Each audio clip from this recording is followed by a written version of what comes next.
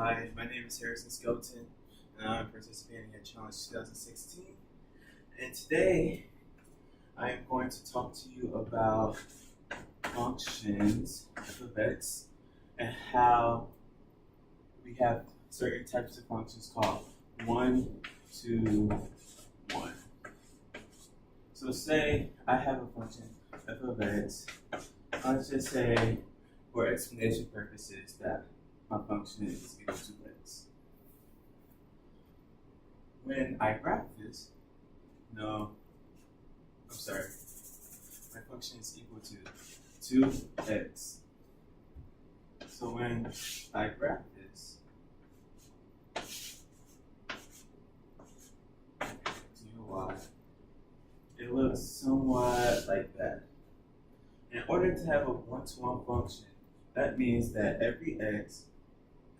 that means that no x has the same y. So two x's cannot have the same y. So as you see here, as you move along, every x, right here, right here, right here, right here, has the same y. And let's compare that in comparison to another function that I will call x squared. And see, that looks like this. And x squared looks like that. So, as you see here, let's say this is some number 2. Let's say x right here is 1, and x right here is -1. So say this is 2, as you can see, -1 and 1 have the same y value here. And so the way we can test to see if a function is 1-to-1 would be something we call the horizontal line test. Now I know you've heard of the vertical line test, which is a way to find out if a function exists, but this is how we test to see if a function doesn't exist. So say I have a graph and the function looks like that. As you look, you can see that as you draw lines across the whole entire horizontal lines across the whole entire graph, each line touches one place on the graph. Now that's opposed to, again, let's go back to my f of x equals x squared function.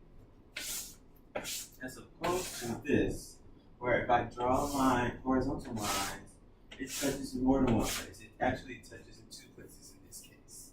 So that explains the 1-to-1 function. Let's try some examples. Let's say I have f of x equals x squared plus 1, and then we will subtract 2. If I draw this, we have something that looks like, let's see, this is 1, 2, 2. We have something that looks like that. So as you see, as you practice horizontal line test, it does not work.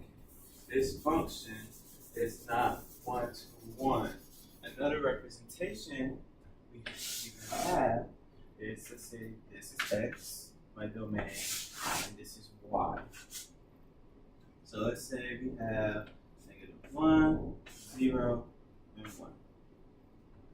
And over here we have 4 and 3.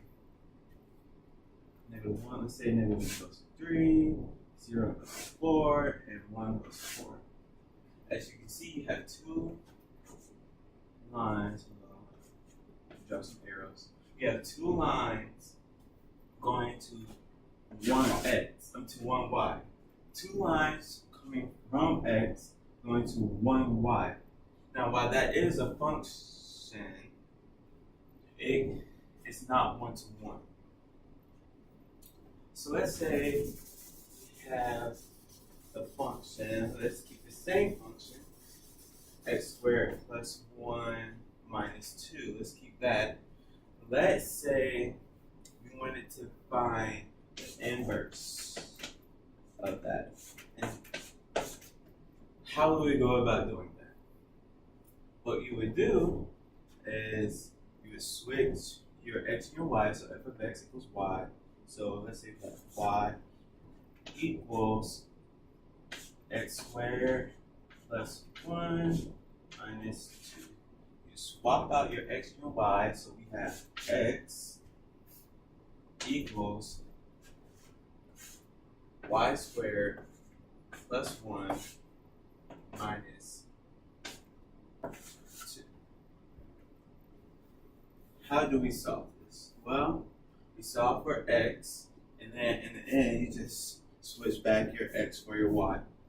So, let's say x equals y squared plus, let's combine these two terms to get a negative 1.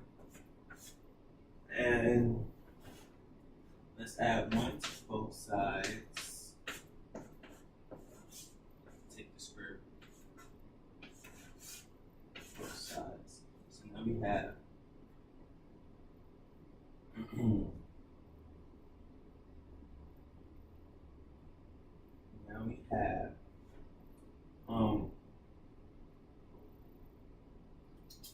yes, plus or minus the square root of x plus 1 equals 5. And that's how you would find your inverse function. That's about it. I hope you enjoyed my video. Thank you for watching.